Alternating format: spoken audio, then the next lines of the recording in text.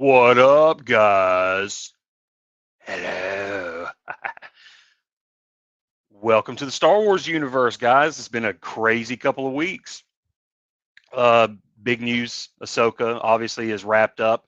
We've got a lot of toys, a lot of toy news. Halloween's gearing up, so a lot of Halloween themed ideas is dropping, plus just a ton of toys in general. So we're going to get right to it. First off, let's go to the team. Ashley, are you in the field? Beep, beep, beep, beep, beep, beep, beep, beep. Go. No? Is he not there? There Yes, he is. I'm here. I'm here. The weather's looking great, Austin. Really, really good. Yeah. Yeah, real Now, good. let's get that sack of crap in here called Ray. Boom, in action. Let's get him in here. Yeah. Traffic scrap, man. Traffic scrap. There's dead bodies everywhere. He's from the traffic copter right now. Gosh darn it. No, man. This is a very roomy copter I'm in. A copper. This is a copper of a chopper. Man, let me tell you guys something. I can't contain the excitement enough for the past. At least the past two episodes have just. I'm going to go ahead and say it. The last two episodes of Ahsoka have been bomb to me. Just complete epicness and just greatness. I've loved it. Careful, Austin. If you're too enthusiastic, we're gonna give away that we're shills for Disney. You know, obviously. I'm a shill for Disney. Sign me up, hire me, Disney. But no, I'm telling you, man. Like I didn't know I was gonna like it this much, but especially, I knew we were gearing up to a real big, at least a big finale. But it felt like, I knew that there was probably going to be like the last two episodes is going to be a lot of stuff. And sure enough, man. Oh my God. Let's start off though. Okay. Episode 7, big cameo in the beginning. Okay, we get Hera and we have all the, she's trying to convince the New Republic that Thrawn's a threat. For some reason, she's getting backlash. She's all this kind of resistance from the Republic. So it looks like we had to have she's getting resistance from one person. He's a bit of a resistance, like his kid's a bit of a resistant. Yeah, exactly. So it's like, all right, who could we bring in to mediate and to save this moment? And sure enough, I was not expecting this kind of a cameo, but boom, C-3PO. Yeah. How did you guys feel about that? I mean, it was obviously fan service. I was fine with it because it fit in the moment of what they could do, and I think Lucasfilm is trying to figure out what they're going to do with Luke and Leia in the long run, because they still got this whole 35-year period, and it obviously looks like they want to do something with Luke. Maybe not much, but I think they got to figure out that they need to just recast, find some people, because they can't just deep fake for the characters forever. Yeah, at least because no matter the problem with the biggest problem with deep fake is which is a big problem with like CG in general, because it has a similar issue, is that as time goes on and as age and technology gets, or as it ages and technology gets better, it's always more noticeable when you look back. But the same with CGI. So I mean, that's what I'm saying. Like it's been a menace, and it's like, there's some scenes there that it's going to be, but it's not. It's going to be something they're going to have to constantly always be touching up. Like every few years, we're going to have to do a new edition. We're going to have to do new touch-ups to. So I'll just say, I mean, it's just my opinion. I think they could. I think they could do with the casting. I mean, Mark's not going to have a problem with them recasting. With casting a younger Luke, because he knows he can't do like a 30-year-old, Luke. And they need to hurry up and get Sebastian Stan before he's taken off the market completely or something. Yeah, he'd be perfect. But I was going to say either that or just, if they don't need Leia that much just for glimpses or something, they can still use Billy the deep faker, do the AI stuff.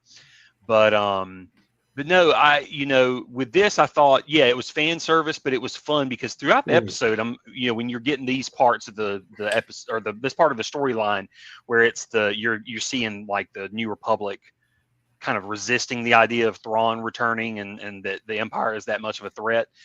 And so I'm like, where's Leia in all this? Like, why hadn't she stepped in and had her just at least her say, like, guys, are you not listening to what Hera has to say?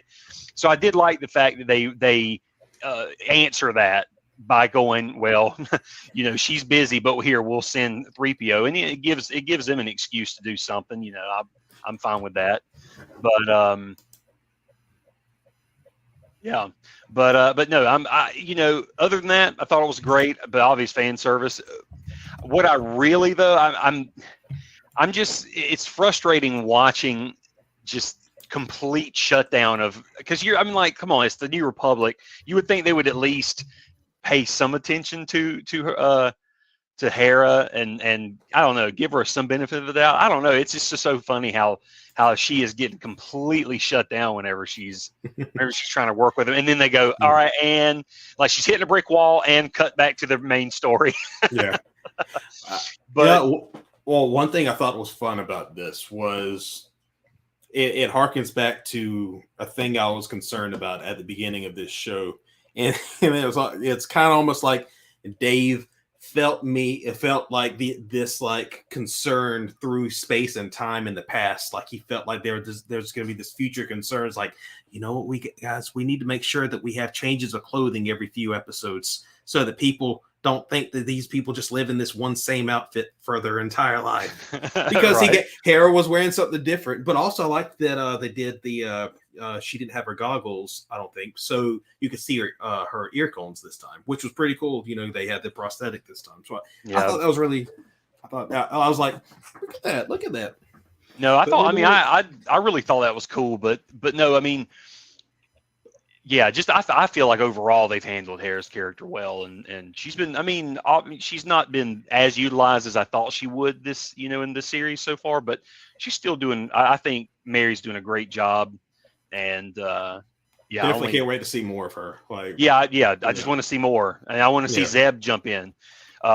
Spoiler alert: we don't get any Zeb, which I was hoping we would see a little bit of, but we don't. I'm get guessing any Zeb. Yeah, I'm guessing that was kind of the Mandalorian cameo was kind of to state that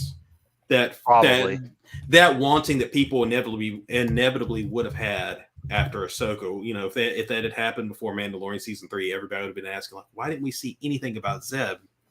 So yeah, but no, I mean, right off the bat though, man, whenever we jump back to the main story, obviously we want to know, are we gonna come out the other end of the hyperspace tunnel, for Ahsoka and the whales and stuff? What, have we gotten to that yet? And boom, they start out.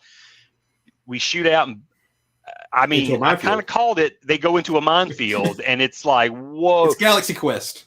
Yeah, pretty much. But it's, oh my God, it's insane. Like the levels and just when you really look at the scope of it, it's pretty freaky. Like I loved that sequence because it was just so totally like them coming into a trap like that. I'm like, yeah, Thrawn would do that. The reveal was pretty cool too, because at first they just come out of hyperspace, and then they start to sense like something's going on, something's not right, and then whale mouth opens up, explosions are just happening. Yeah, it's great, just reveal. Great, awesome.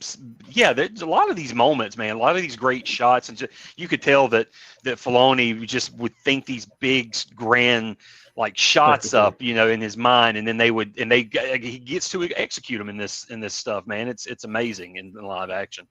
But my wife was like, "They're hurting the whales." I was mad. I'm like, what the, but at the same time, I'm like, I wonder if it's just tickling them. Like, I wonder if I was going to say, it almost looked more like bee stings were happening to them. It was like, because I'm like, these things can survive hyperspace travel. I'm sure they got some thick hides. They got some sort of protection. But no, I mean, still though, you get that, and plus they send the enemy fighters after them. Get more great space battle. Yeah, I love those things, man. It looks cool. So neat. I do like that. That's a good homage to like old school Lucas stuff. Yeah, like and also to do something fresh instead of because they could have just utilized an older TIE fighters or something like that. Yeah, but we do get TIE fighters later. I mean, I want to jump ahead, but yeah, man. I don't know. This episode to me was a strong episode because you get that. I'm trying to remember what happens next, because after that, because Thrawn learns more information about, Thrawn. I guess in this episode when you kind of reconnect with Thrawn and Morgan Elsbeth, it's him putting together the pieces that Anakin was Ahsoka's master, right? I'm trying to remember if I'm remembering that episode correctly, unless that was in the final episode. But I feel like in that episode, Thrawn figures it out, and it's just like a excuse me, repeat, come again, you know. And he knew that it was going to be. Well, he had asked to find out. He'd asked them to research the information on her history and her master. And then and so I think by the time we see him again, I don't think it was. I think he'd already learned it at that point. Either that, or I felt like they give him the information in that next scene. You see him give him the information, and then it's like he goes. The realization. Basically, it's like, now I got to tighten the belt. I'm really going to have to show these people what I'm made of.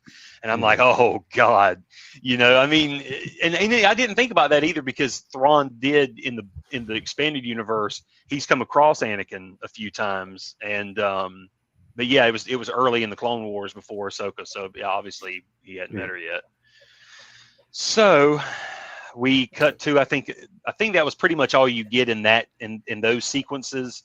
But then we go to catch up, I guess, with Sabine and Ezra, right? Like and in turn, Ezra was getting caught up on what had happened while he'd been gone. Yeah, I was gonna say, man, everything about, I know this sounds corny, or I don't know if this is maybe, you know, this shouldn't have been the way they handled it, but if you were a fan of Rebels and you wanted answers, and you just really wanted to decompress a lot of what happened, I love the fact that in this episode in particular, you really got to I felt like we got to have a hug with Ezra for a minute and catch up with him. You know what I'm saying? Like, usually when stuff like this happens in any like media or whatever, it's just, they usually they don't want us to bask in what we want. It's more like, well, you'll get pieces and then something else happens. I just love the fact that the old we Ryan Johnson method. Yeah, pretty much, or J.J. Abrams or something. Don't give them what they want. You give them what they need. Yeah, give them what they need. And I don't know what I need, apparently. Right. I'm just saying, like, it was just great. I wanted to take a break. I wanted to take a breather and have a catch up moment, especially between Ezra and Sabine. So, and golly, man, that actor that's playing Ezra is spot on. Even with, I don't know, they're doing, the chef's kiss. Mwah. Like, I don't know. And I don't know if it's a prosthetic or if they're doing something with his eyes. I'm sure that's not his natural eye color, but I do appreciate the fact that they've got him, like, they give him Ezra's really blue eyes, natural blue eye color. Emin Esfandi, I think. Yeah. But his voice, I feel like the original. Yeah, the voice is just right there. I mean, his cadence up with with the I feel like it was rumored originally it was going to be the Aladdin guy that was in the live action Aladdin. Mina Massoud, I think. Yeah, which, I mean, he probably would have worked too. I mean, he was good in Aladdin, but no, this dude is. I would say one difference that this guy does that's really, or one thing physically that this guy has better than I would say Mina was. He does fit. Ezra has a smaller natural stature, and from what I remember, Mina's pretty tall. At least from what I remember in Aladdin. At least he looked tall compared to other characters. Then again, I only watched that movie once. Yeah, I don't know. I can't remember. I've only seen it once too. But no, I mean, you get to have a moment with that, and also I think I may have missed the earlier, like during the whole sequence with Ahsoka, and then you get a lot of like a chase sequence because she's hiding in the debris field and Thrawn tracks her and stuff like that. I mean, it's you get like a cat and mouse, those classic submarine war games there in the beginning, which to me was really cool because it speaks to Thrawn's ability, like to his skills. So even though it was real subtle, I just liked that they had that little sequence in there to give you how calculated this dude is, just in the little movements, it's like a little dance. And so, God, I think probably one of the best sequences of the episode is he obviously sent Shin Hati and Baylan Skoll after Ezra and Sabine, basically to follow Sabine to catch Ezra, and obviously she'd lead him to him. I guess they do end up. I mean, before we get there, we have a great sequence between Balin and Shin Hati. I don't know if you guys remember this, but basically it's Balin letting Shin go and let me, because he's just, and I could kind of tell in the last few episodes where they were starting to show there was an uneasiness with Balin, like there was something calling him elsewhere. Or there was something else that he had to do.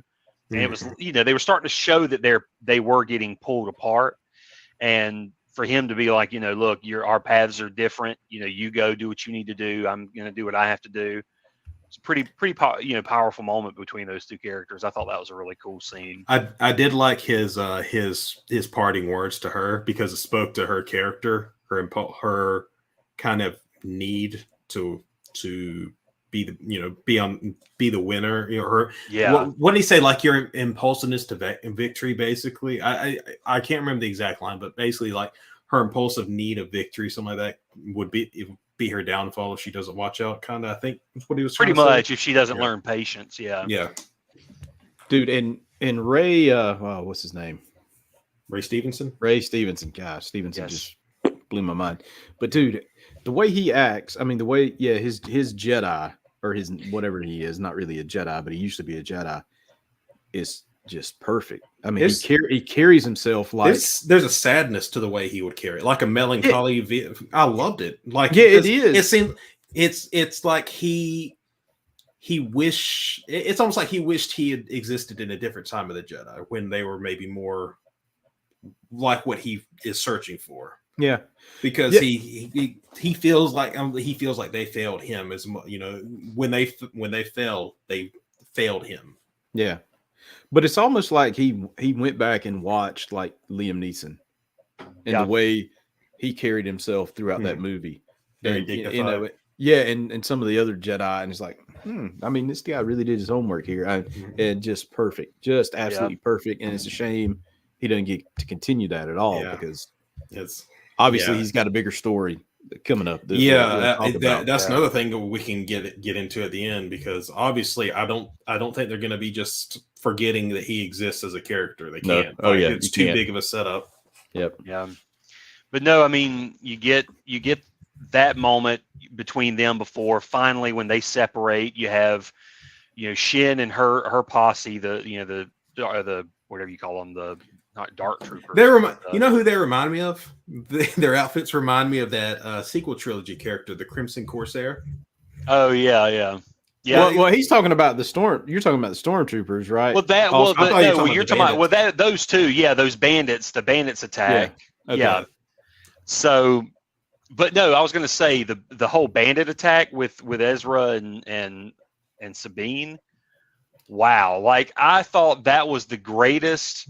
Well, before we get to that though, the fight, the chase that happens, which is really cool, because I like that you get a sense for the creatures that Ezra's been living with. True, that's right.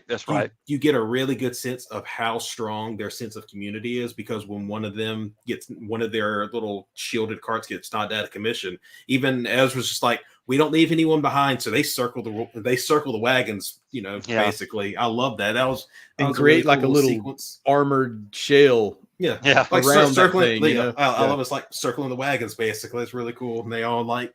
Prepare. But I love that finally when you pull Ezra out to finally fight, like, because I was wondering, what's going on? Like, is Ezra is he pacifist now or something? Is he gone soft? Wow, it's almost like he has to shake off the dust a little bit, but for the most part, oh my God, I don't know how y'all felt, but I love me some Kung Fu Jedi. That was awesome. Yeah, I did love that he refused to take the lightsaber back from Sabine. Like, I like that he basically acknowledged, no, it's yours. You're gonna use it. I don't need it. And two things were my favorite part about seeing him like fight. First off, there was a really insane shot of Shin Hati coming up behind him, and he ducks just close enough that you see some of his hair get sliced off, because you see the burned singes. I love that shot just because of how close that was. That was really, really awesome looking. Yeah, no. And then also he pulls the other cool move that I think this is basically a fight move that started with Rise of Skywalker, which is blocking the a lightsaber. blade with. I know people don't want to acknowledge it because it's Rise of Skywalker, but that was the one that I think that was the first time we saw that move used. I don't think we saw it before.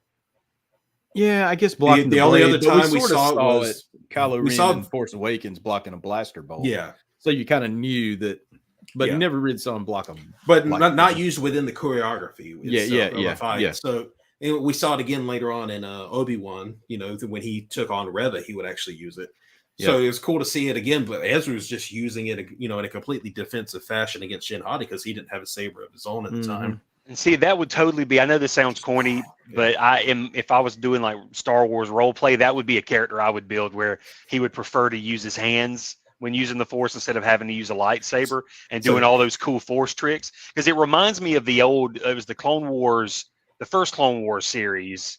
That was his name Tartakovsky. Did, you know, and there's the episode, the Dantooine battle where Mace Windu is just laying waste to the droid army, and he's using his hands. I'm like, that would be the greatest right there. So that was awesome. Yeah, it reminded me a lot of that. So it's almost like a tip of the hat to those kind of powers. And then obviously, you know, Sabine's, you know, great. You've got the bandits and you've got Shin and the night troopers or whatever attacking, but oh my God, then you get the Baylan or Ahsoka basically traces them to the planet. She can sense that they're on the planet, that Sabine's down there. Yeah. And you know, finds them, flies to them. We have, you know, but she has to drop in hot because she has to drop in fighters. Yeah, and it's like she gets to tangle with Baylan again, which was awesome. And you know something. Would y'all agree with this, including the last episode? Consistently throughout this series, the choreography got better and better with each time we saw a new fight. There was I was really impressed every time. Like choreography got better. I would say still the Ahsoka versus Anakin stuff was probably some of the best overall, but that I would not say like that the quality was still not high. Like as it got better, like everything got really intense. Like I loved her duel with Baylan that she had. Yeah, no, that duel was really good. Yeah, I mean, the first duel and the their second tangle is really good. Mm-hmm. Obviously, I was wondering if she was going to take him down. I thought she was going to actually have to kill him or something, but obviously she gets away, takes him out of commission, doesn't kill him, but like she takes his howler. The howler he was riding, she basically steals. Yeah, you're gonna have to walk now. Yeah, and so it's like basically though she takes him off the battlefield, which he was apparently a key piece for Thrawn in Thrawn's plan. Well, I don't think she took him off of that. I don't think he was intending to fight. Yeah, he was. I don't think he was. Maybe so, but I'm just saying, right? But I'm just thinking like Thrawn is thinking, because here's my game piece. On it, I think later, it's either this episode or the next episode. He comments about like Baylan, I think, was the wild card that he didn't realize was a wild card. True. I think he thought Baylan was going to follow orders, and then all of a sudden Baylan just bailed, and he was like, "Oh, I wasn't expecting that."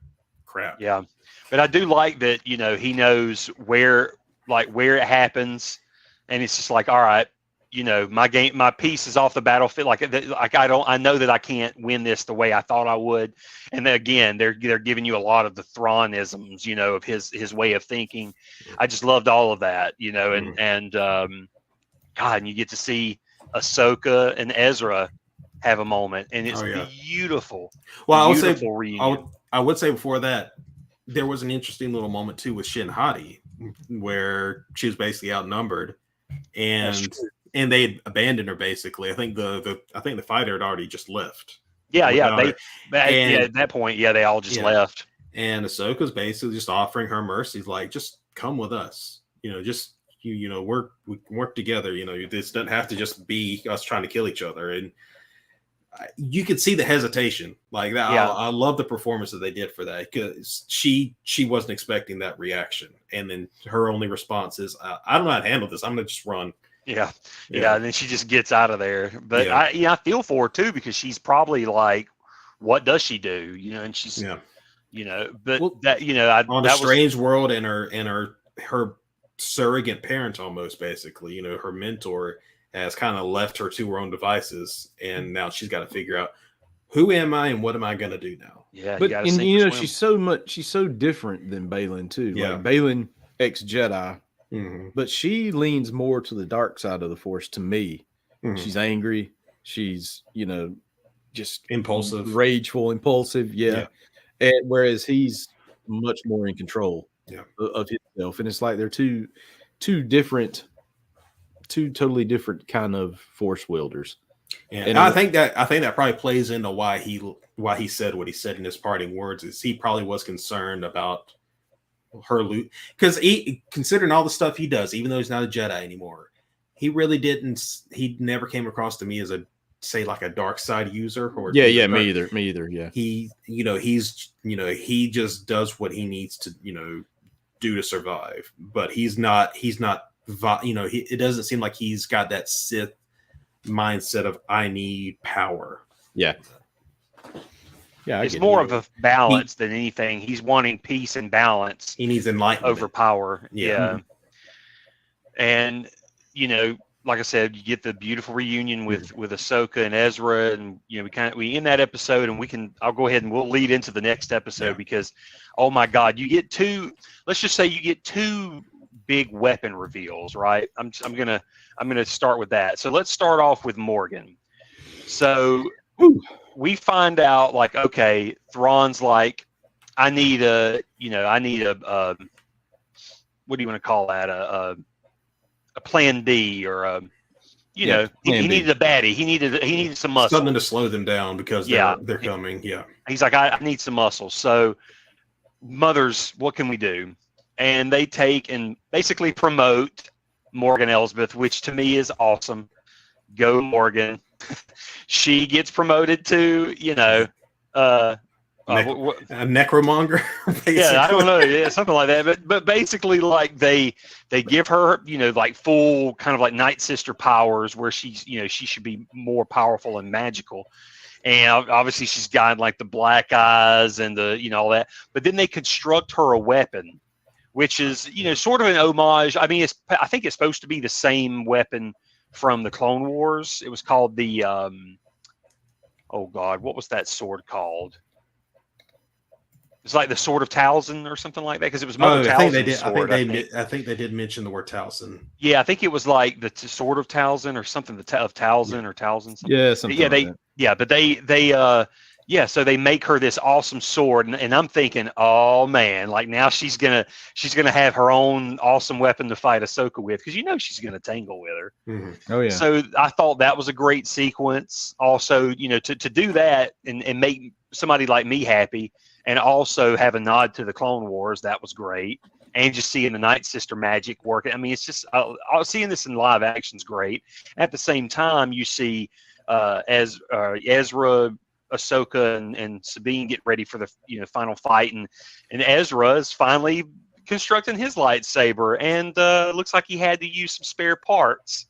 And I have to say, guys, that was a great sequence. Yeah, that sequence really touched my heart. Whenever they threw that in, how could you not love the fact that he basically rebuilt his old master's lightsaber, like Kanan Jarrus? I mean, it's basically just a version of his. Yeah. Well, it seemed like I don't know. It was a replica of his top piece. I was going to say, like, it was bottom. not just a replica. It was like the way Hoang described it was Wing. Oh God, never. I'm not going to deal with that. Yep. He's described it as a twin piece, basically. But it was the headpiece was. There were two of them, and Kanan had taken one of them. Caleb, when he built his lightsaber, and now Ezra wants, he's going to use it for his. Yep. Which was that was a really, I loved it. It was like a little like Filoni tribute to this old, this missed character, beloved character. Yeah, and the fact that he ignites it and it's a blue blade, and I'm like, yes. Yeah. And I'm just sitting there thinking, like, Force effects lightsaber. Yeah. Like oh God, it's so that was great getting to finally see Ezra construct his lightsaber again, and then they're setting up, and then they go and basically head off towards the Eye of Sion to stop it before they can get away with Thrawn. And then that's when you're seeing Thrawn kind of in the last ditch effort to stop him. He's bombarding them with turbo laser blasts and all that kind of stuff. But remember, one key thing happened which made them getting to the ship difficult was she was flying the ship along with the little caravan of the creatures Ezra was living with. They got attacked, and the ship ended up having to crash land. I think, because Sabine used it to basically kind of kamikaze two of the fighters that were trying to kill them. She used both wings to take them out, but in doing so, it ended up crashing the ship. Yeah. So that was out of commission. So they had no way. So they had to get to the howlers. fortress. Yeah. So they get to the fortress, and then you've got all these night troopers ready to defend, which is, I'm like, oh God, what are they going to do here? And I'm telling you, man, this was a great sequence. What did y'all like the race for the? What did you think of the race? For the yeah, temple? When they were the race for the fired, temple was they were raining fire down on them, and they were just raining turbo lasers down. That was great. I love that. Was pure. That was true, but to me, that was like pure Thrawn fury, because he kind of does that in Rebels, where he's raining down turbo laser fire, just to prove a point. But I don't know. It's just like everything he does in this episode. I noticed his tactic is literally everything is cannon fodder to buy time. Everything, everything, because that's his singular goal. And I know people keep saying, I've seen the complaints where people will have that they haven't really shown that he it's not that he's loyal to the Empire. He's really loyal to the Ascendancy. It's well, that's not needed information right now. Right now, all that we know is that he has a singular purpose, and that's to get home. Because, all of us would know, Truth on, he's thinking of getting back to his people somehow and figuring out what to do next and seeing if they're okay. But we don't need to know all this backstory of him sitting down with Enoch and saying, I need to get home to find my people, Enoch. Right. I need to plan my next thing of attack. So what do you think's in the canisters or whatever that he's loading the ship up with? Because it's never revealed in this episode. That is an interesting thing. I've been curious about that myself. And it's obviously some resource found on this planet, whether it's people or it's unobtainium. Unobtainium from Avatar. Yeah. The only other thing I could think of, which it comes from this world. This world is it's rooted in Dathomir and the Dathomirian witches and stuff like that. But more than that, also when we get to the end, what happened at the end of the episode, there was an interesting reveal with Balin. I was going to say, we'll get to that. But I was going to say what an idea I had, because I was trying to go through, and I'm biased because I've read the novels too, and I've reread them recently. So I'm always going I bet they're going to try to use some form, like a Easter egg, or take a idea from the books. And either in my head, I was like, it could be cloaking devices. But then when I'm like, wait, no, it wouldn't be cloaking, because it would be something specific to that planet. So I'm like, it's probably, what if it's just Salamir?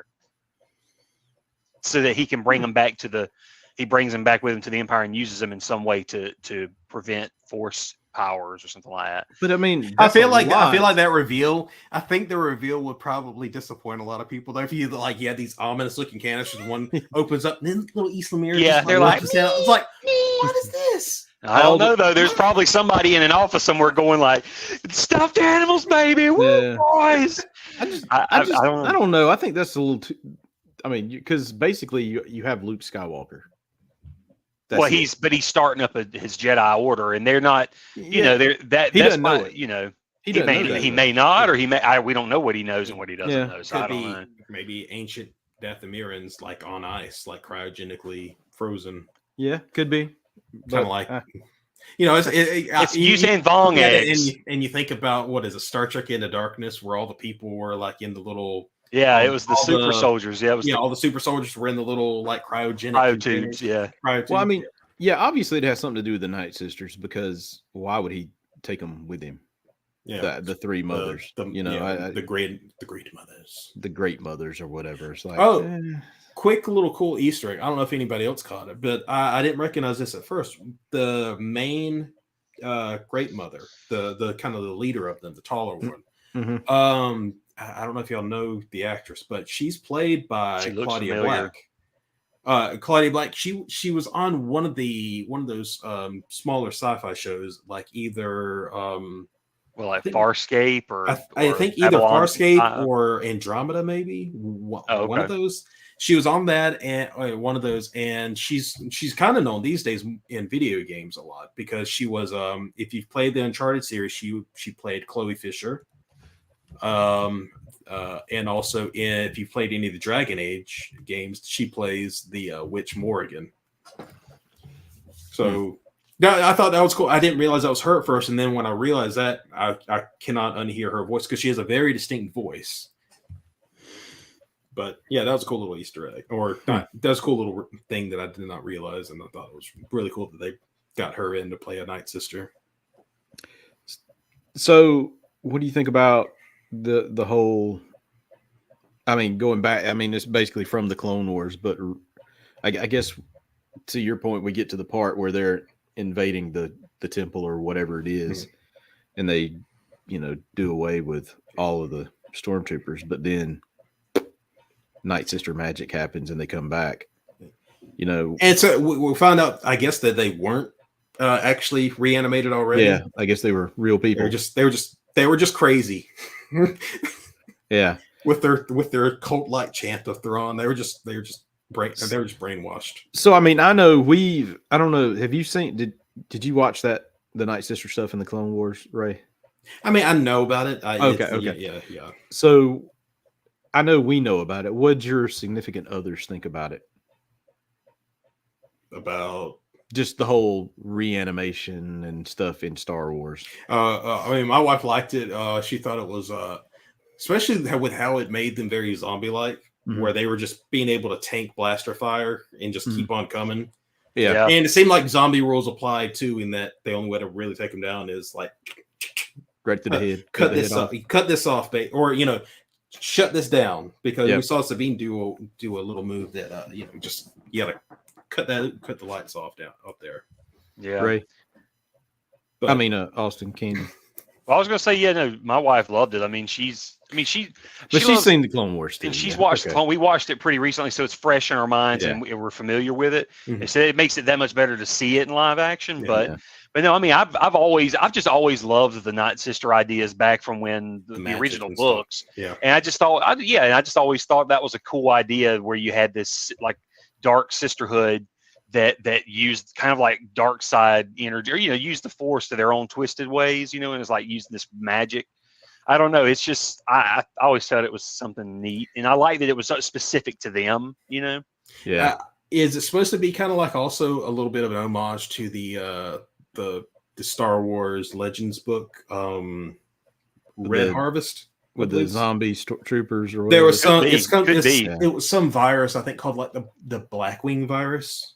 I think something like that. I remember. But that's actually one Star Wars book I stormtroopers. haven't read. Yeah, because when it came out, I thought that's too much. That's too much. Yeah, that's me too. But it is kind of similar in the concept of like the idea of zombie stormtroopers, basically. Yeah. Mm-hmm. But I mean, my wife just thought it was a little over the top. She was like, "This is Star Wars. Why are they reanimate?" And I'm like, "You have to watch the Clone Wars." I'll just say this: Night Sister magic is over the top to begin with.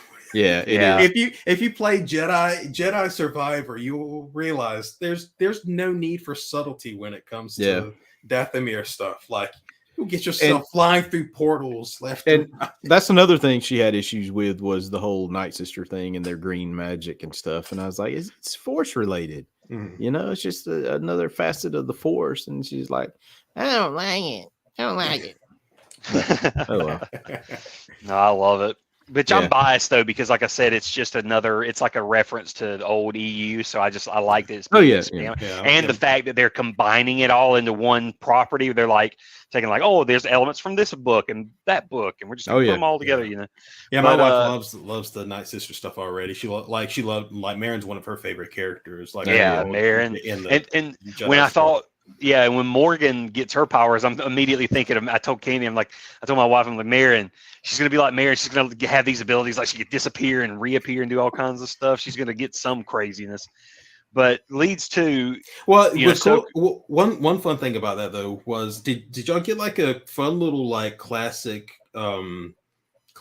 like castle fight feel? You know, Oh yeah, running up yeah, the stairs, yeah, like yeah. having to use oh your sword yeah, to fight no, her. for sure. It like Errol Flynn like type movies and Oh, stuff. yeah. I thought that was a really fun little thing too. But sorry, I just wanted No, to I thought pop that was in. great. And plus, it's Yeah. like we're wrapping up towards the end. You know, we're in the final episode, and it's the final. You know, we got so just it's a kind of race. cliche and it's fun.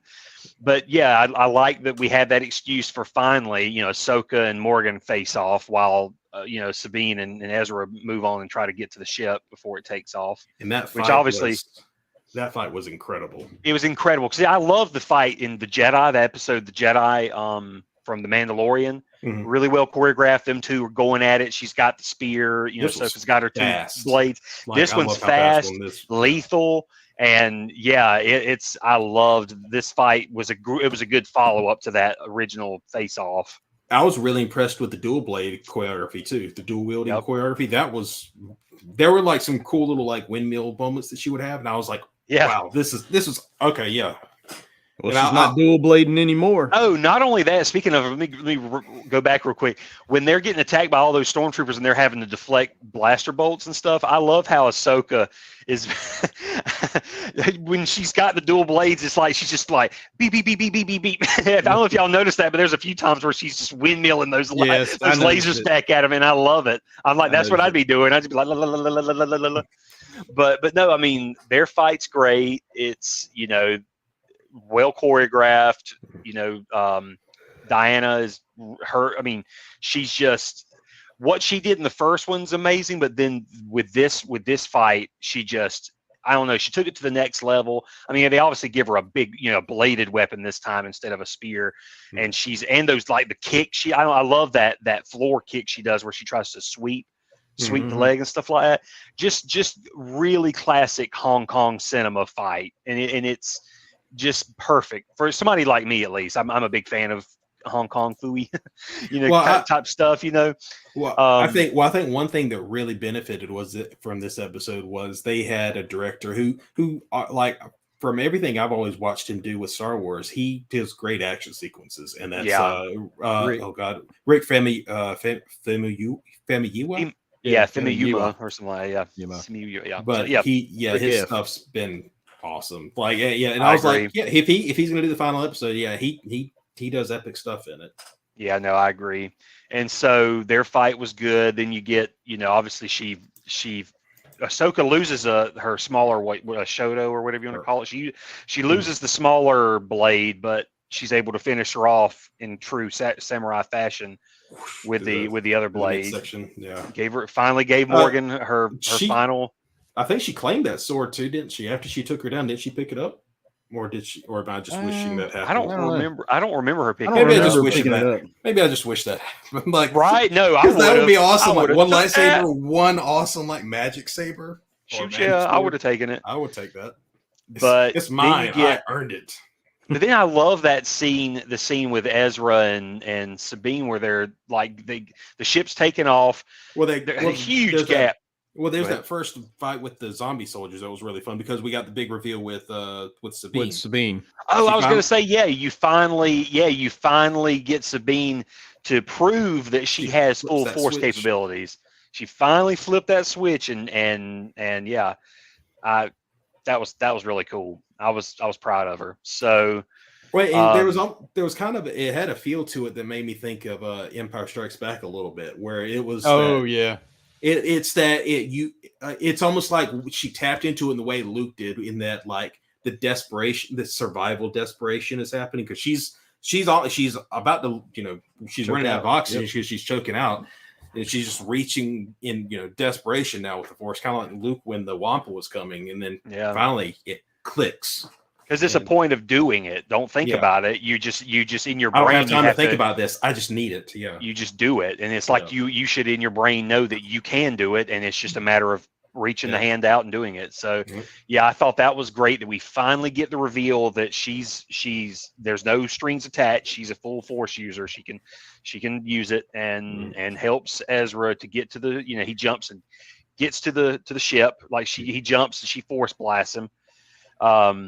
Great sequence, by the way. Thought that was. I'm like, that's how you use the Force. If you want, you got a Force jump, and then somebody else Force blast you on over. But we see him get on board, but Sabine doesn't make it. So Ahsoka picks her up, and great moment. Ship gets repaired by Hu Yang. He picks him up, and they race off after the Eye of Sion. And like you said, Ray, everything that Thrawn was doing up to this moment was basically a matter of creating a diversion or buying time. And so then he reveals when they're chasing him, you think they have a chance, but he reveals that time's up, you've failed, goodbye. and his last words are, "Long live the Empire," right? I'm trying to. Yeah, I think it's like that. Yeah. Yeah, but what did he say to? He said, Ahsoka? He said, "Nana boo boo, stick your head in doo doo." Well, even worse than that, he was saying, "Yeah, you are your master's apprentice or something, and maybe it's best that you don't come back because you saved the galaxy from what you might become or something." He's like comparing her to basically saying Vader. like he's saying like she could become it, but it's also a nice way to let the audience know that he already knew, like he knew what Anakin became. That was a nice little subtle way to reveal that, like, I know, this ain't no secret for me. Mm-hmm. But no, it was a good moment where you find out, guess what, all this stuff, you won the fights, but you didn't win the war yet. Like, he's gone, and takes Ezra with him. So but he didn't know Ezra was with him. Oh, he didn't know this time. Yeah, I was gonna say it was pretty neat. Like, Ezra basically got taken off with him. So now it's reversed. Now Ahsoka and Sabine are stranded on this planet with no way back. And so now it's like, I guess we'll just hang out with the tribe here, and make ourselves at home and just be at peace with it, because there's nothing you can do about it. Yeah. And I think this is one of those Ahsoka moments of like, trust in the Force. Yeah, maybe trust in it. But I did, it leads into these last sequences, like these last kind of wrap up sequences of the episode where, like you were saying, I guess Ahsoka's like, well, we'll see. The Force will provide.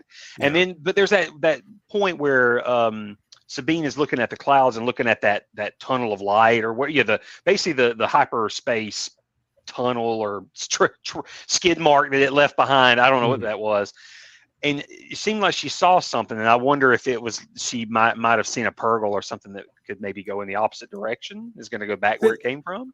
I do need to go back and watch that scene again, because my brain was, I assumed that it was just part of the ring, the boneyard ring, basically, of all the Purgles. But my wife at the time was thinking it was she looking at a tear up kind of like a little tear in space of what was left behind when the Chimera jumped. Yeah. So there's that has yet to, we'll get explained, I guess, later. You see Shin's kind of I'm gonna take over this bandit camp. Yeah, she's gonna take over the bandit camp and become like the Lord of the Bandits. I don't know. I mean, she does her own thing, and then we get the Balin reveal. We do catch back up with him and see what happens with him, and wow. You see him end up at, I guess, a secret fortress that he was looking for or something, and it looks like it's connected to the old. Well, it's basically it's statue of the Mortis, the father, the Mortis, the son, and then the daughter is destroyed. Yeah. I was going to say, but I thought it wasn't like a fortress or temple or something like that he had found with their statues there or something. Well, I mean, the statue's kind of pointing to something off in the distance, and that's right. You see some structure in the distance with a light coming out of it. Yeah, the land of Mordor where the shadows lie. Yes, that was. And so we'll pick back up on that in the Fellowship of the Ring. Yes, that was kind of what this was. It was a gap between that. And I totally loved it. So I'm like, hey, I'm for it. Let's see what happens next. But I'm very sad because we're not. So are we saying that the big reveal is going to be that Peridia is actually Middle Earth? Pretty much. Yeah. Okay. Pretty much. Peridia. Well, before we get into all that, so I just so Ahsoka, she sees at the end the bird, the what is it called? Mobai Yeah. or something? Mobai? Morai. And it's the same thing that, if I recall correctly, she saw what we think is the daughter, right? It is that bird because she followed. She sees it kind of at important points in her life. In her life, but it started when Anakin, Obi-Wan, and Ahsoka visited that, and she died the first time. Yeah, because I think didn't the daughter have to basically kind of sacrifice herself to bring Ahsoka back or something like that? Or something like Anakin, that. or was it Anakin? I can't remember. It's been she sacrificed herself though. In some form, like her form or something like that. Yeah, but anywho, the only time pretty much Ahsoka she sacrificed herself for Ahsoka. Yeah, that's why that's basically the connector with the bird. Is she sacrificed herself so they could bring Ahsoka back, and then you've got it kind of alludes to almost like her spirit went into the bird and is living on in the daughter Morai. Yeah. The daughter spirit living on in Morai. But I think she makes that comment at the end. Where we're supposed to be. Mm-hmm. And I think they're there. They're there to stop or either help or do whatever with Balin, because that's something bigger than Thrawn at this point. Whatever he's after, whatever he's going to do, she's needed at that point. In the galaxy's history, right there where she's at to do something with him. Yeah, maybe there's a connection with whatever that is, and maybe with what he's transporting. I don't know, but maybe. But the big revelation of that is the Mortis gods have a connection in this old galaxy as well. So it almost seems like is this maybe a birthplace of the Force itself, right? Because they are in essence like they are basically like a crux in space time, of like the Force of the Force itself.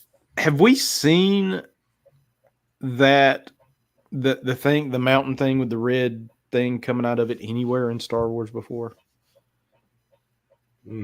If we look back at Rebels, when Vader and Ahsoka fought, kind of in that little area, wasn't it a pyramid and it had some red lightning coming out of the top of it? Or am I just imagining that? Might have been something like that. I remember the pyramid and all that, but I'm just because that was on Malachor, right? Yeah, because it was an homage to the Knights of the Republic too. Yeah, so I don't know. There's lots of questions I still have about it.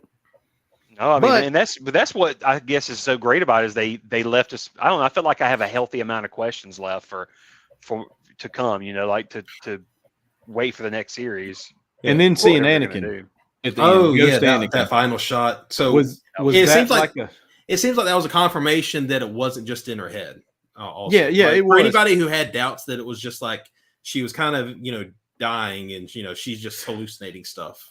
But if you look at Anakin's face at that moment, I can't tell if it's like "You've done well, Padawan." That's what kind of I took. Graduated, or he had almost this like troubled look, almost like. At first, I don't know if you're ready for what's about to happen or something. Yeah.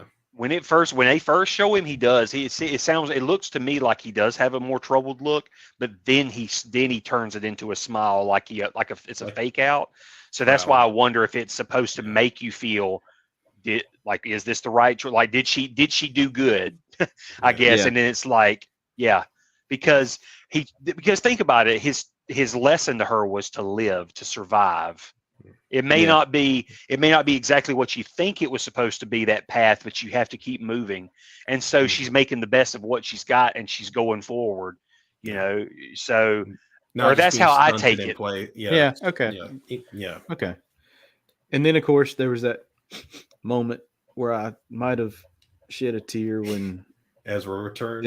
Oh my God. Yeah. Which was to him. He stole himself like a little, it was an interesting looking, Imperial shuttle too. Like, didn't it have like a different looking paint job? Like it was black or something, or it was red. I thought it was dark red. Yeah, like a dark red. It was an odd color. And then not only that, but he had that. I want to keep saying Death Trooper because that's really what they should be called, Death Troopers. One of but the troopers, the Night Troopers. I'm like, he's having to wear their stank armor, so he's probably just reeked, and he's wearing this armor. But yeah, you get this beautiful moment where he's tells Harry he's home. Yeah. And wait, I like that Chopper knew who it was first. Oh yeah. Like, yeah, he's the one that came, immediately. Like he sensed it and he just went out. Like, yep, that's him. I know. But no, although you know what, I know that was done for dramatic effect, but a practicality, Ezra should have just came out without the helmet on at all. Like, like I don't need a dramatic. I was like, I don't need to accidentally get shot by. I was gonna say, what if they get shot? Gun him down. Trigger finger. Then Harry goes over there. It was Ezra. It's like they gun him down. I mean, it's just like, just a hail of fire. And it's like, well, he was still wearing the helmet. Why did he take it off? It was dramatic effects. Credits. What are you doing? Yeah, credits. It's like they shoot him, pulls his helmet off. Oh my God! Credits. But no, I mean, I'm ready to see what's next. It was definitely a great ending to the I guess the first season. I'm sure this isn't a mini series. We'll get a second season of Ahsoka. Well, I think a lot of this is supposed to be set up for Filoni's movie. The Empire movie. I feel like this is supposed to be set up for that. I feel like that. But what I loved about it in the finale, because I know some people don't like cliffhanger ideas, but this had that feel of Empire Strikes Back, where is in you're at an end, like the story ends on a slower note. Because remember how Empire ended? It wasn't, it didn't end with Luke suddenly just getting saved. It ended with them on the ship making plans to try to find Han, and they're just kind of it's a quiet moment. Instead of ending like, you think about dramatic TV season finales, like Smallville had notoriously, crazy cliffhanger endings each season. Like, there was one where he was in the middle of being in the Phantom Zone. Yeah. So I liked that in the midst of all this stuff that was happening, it still ended on quiet notes for each character as we got home. So we weren't left with wondering, like, is he going to be able to find the New Republic? Is he going to be able to escape Thrawn on the ship? So, he got away and he got back to Hera. So, we see Sabine and Ahsoka they're stranded on the planet, but they're with friendly, they're with friendly company, at least, they're with people, they're with the people who Ezra stayed with. So, they're not just stranded there alone, they'll probably have help being able to at least survive for now. So I really liked how it ended, you were wanting more, but you're okay. You're sated for now. But there was an article out somewhere that said there'll be an Ahsoka season 2 before Filoni's movie. Really? Yeah. I always assumed that it was just like everything I keep seeing, like even the official Star Wars stuff was like calling it the series finale. So, oh, really? That's what I was seeing. Like, when I first saw like on their Facebook page, they were promoting, episode 8, prepare for the series finale, with by watching episode 7 again. Let's see. I'm just finding. Unless they're trying to go by British terms now, just because each all British TV series go by the word series instead of season. So this site Forbes is saying that Ahsoka season 2 is more of a reality in the conversation, though nothing is locked in yet. Okay. So I guess it depends. Sounds like Disney's leaning towards a second season. Okay. I guess it depends on what Filoni has planned for the movie and what he wants to do with this season 2. Yeah. I have no problem with that. I wouldn't mind if Hayden came back too, to do some more. Yeah, the shot of him showing up as Anakin, I could see them doing a little bit more with that, like him presenting himself to Ahsoka now. Yeah, I would think season 2 would wrap up her time on that planet and them getting off before the events of everything happen in a big film in the main galaxy. I mean, that's just my thought process. Well, I imagine a big part of like the season would probably be them figuring out what Peridia is and what Balin's doing there, and that's another problem, what we were going to talk about with how his story ended in such a big note. And we know Ray Stevenson sadly passed, so it sounds like they're going to have to recast him. Yeah, he's got some big shoes to fill. Yeah, some big ones. Oh, yeah. I guess that's Ahsoka. That's Ahsoka. Yeah, I was gonna So- say we finally reached the end of Ahsoka, and I'm sad. Mhm. I'm probably gonna rewatch it again just to have some fun. But it was definitely a good, solid series. I have to Yep. say. If Yeah, this is all we get, but I'm sure we'll get more. It's right up there with Andor to me. Yeah. I mean, maybe even above, and it's probably above Andor, to be honest. Yeah. This is my favorite Disney Plus. It's like classic Star Wars feel. I love it. Yeah. It's as close to that feel that Lucas always tried to strive for with his stories. Like he had a certain kind of whimsical fantasy vibe, and this one really kind of hit those notes, but also hit serious notes in a great way as well. Yeah. I agree. All right, guys. Well, before we end it for this week, does anybody have any hauls? I know I've showed off my one haul. I've got. She came in early. I wasn't expecting her until later in the year, but if you really look, come on, girly.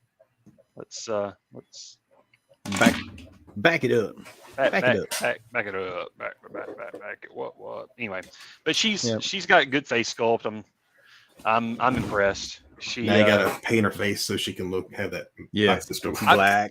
I bet they're good. It'd be funny if they do like another version of it with the other variant, and I'll probably cave and get it especially if I can get it on Comes sale. with that sword. Yeah, it better. That would be the main reason. That, and I also picked this up at a Walmart. I got NECA.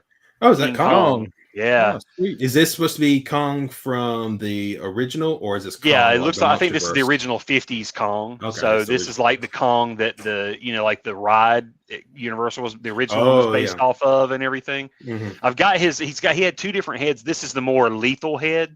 Both of them are like roar faces, but this one's like the more like he's really angry. But and I got the fists on because you can get open hands too, and I put the fists on. But yeah, me and my wife, especially this is mainly my wife's because I mean she's a big Halloween nut and loves horror themed stuff, and this is just adding to the collection. But really, really well made. I mean, it's big dude, heavy duty NECA figure, and we found it at a Walmart in clearance for like $18. You're gonna have a horror room soon. I mean, it's the living room's the horror room right now. So Sweet. that's for Halloween. We always take all our horror toys and stuff, and that's our main display is all decorate. All the villains we own, everything. It's all the macabre and everything comes out during the Halloween season. Y'all are just evil. All right. Ray. Oh yeah. So I got two figures in the time since we last met, and first one is I have Luke. This is this is from him on Endor. So it's slightly different if you want to compare with how he looked in the beginning of Return of the Jedi. When he had his robes. This is just more. It's just he didn't have the robe part anymore, and I kind of like this look more. Yeah, me too. Me too. I like the later one. But the cool thing about this is that this chest piece comes off, and you can put his kind of rugged folded in. Oh, dude, that's the one I'd want. Yeah. Oh yeah, this is what I keep it on, but I kind of wanted to show that little transition. But yeah, I love this. This is fantastic Luke character. I think this will probably be my favorite Luke figure until hopefully they'll make a prime Jedi Master Luke, crate Luke basically. That's what I'm waiting for, the crate Luke. They need to hurry up and put him out. And the other thing I got, I love this. So this is Vader. Specifically, this is Return of the Jedi Vader. So, in tradition with Return of the Jedi Vader, his forearm does come off, and you can put his stumpy arm. Oh, crap! And his helmet comes off. Crap! Spoiler alert! Spoiler alert! But here, let me show you this first, so you can see like how it's even got the. That is so cool. That is cool. Cool detail. And yeah, the thing I accidentally kind of spoiled a little bit. His helmet actually does remove. It actually removes just like in the movie, separate piece. Let me look upon you with my own eyes, and that is awesome. Fantastic character. It's like this fantastic figure. It's exactly what I was. This was the kind of Vader I was waiting for to get. I wanted to get one where you could see his whole face. The helmet came off. They finally put that out. So that's my. No, that's my haul. That's a good build on that, man. I love that Darth Vader. Okay, my haul for the week. Not great. So I picked Oh up wow. this guy, just a little small, the retro legends, little small 4 inch figures. Mhm. Just because it's Wolverine, I didn't have it, and I like Wolverine. He's pretty cool. Yeah, I would probably get that. I'd want that in Cyclops for sure. So then I purchased. And this doesn't mean much to everybody else, but this is like one of the very first comic books that I bought, Marvel comics. So back in the day, I went to Maxway and you could buy Marvel packs, like 3 in 1 pack.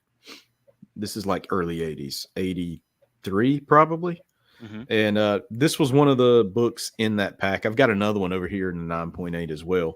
But this one just showed up on eBay, and I was like, for this price, I got to grab it. I wish I could get that ring light out. But another cool thing is it's got the custom label with Spider-Man up there on it too. And, that's not on a lot of them, but at a 9.8, I had to get it. And, it's not a very hard to find book, but it's got sentimental value to me. And plus now I can display it in this nice little case. Then I went to a little convention in Augusta this past weekend called CanaCon. I don't know. Canadian Comic Con. No, Cana, like CANA. I don't know what it means, but anyway, there's some meaning behind it. But not a very big event in like a little Legion building or an American Legion building or something like that. Anyways, some girl stopped me and gave me a Rocket Raccoon sticker just because I don't know. I had Rocket Raccoon on my shirt, so she's like, "Oh, here you go," and just gave it to me free. But then I got these in the mail. So I got Marvel Legends Storm here. Ooh, nice. Awesome. Nice. I got let's see, who else? Marvel Legends Rogue here. Awesome. Ooh, from X-Men the animated series. Oh yeah. Gambit. Yeah. Mon ami. Mon ami. Man, And listen, I definitely got to get that Gambit. yep, it was cool. And Bishop. Yes, Bishop. Now I did order Wolverine and Magneto from I ordered all these from Amazon, and they all shipped at different times. But Wolverine and Magneto now have a November 2nd shipping date, which is just ridiculous. I don't know why that they decided to like ship me all this other stuff and say, we're gonna hold off on the on these. Guessing those two must be the most popular or something that they're having to scale back a bit. I don't know. That's Wolverine's definitely it's a must-have for me. I want Wolverine and I want Gambit for sure, but I want a Cyclops whenever they release him. So yeah. I don't know. Like I said, they've already released a Storm too from the original 90s cartoon, but yeah, I don't know. Maybe they could be waiting to see how successful X-Men 97 is before they. Stinks that we're not going to get it until early next year because I thought we'd get it by the end of this year, but it looks like it's being pushed to next year. Another victim of the strike stuff. Yep. Yeah, I guess. Yeah. Well, hopefully it'll be ending soon. Yeah. Rider strike has ended. Hopefully things are going well on the SAG side as well. Hopefully they'll get their demands, make the billionaire studios cave. Get that money, guys. Power to the people. Power to the people. And speaking of making that money, I hope all the rest of our fans out there is making that dough and spend it on some toys. Hope you have a good weekend, guys. All your beautiful faces. Look at you. It's beautiful. Peace, y'all. What?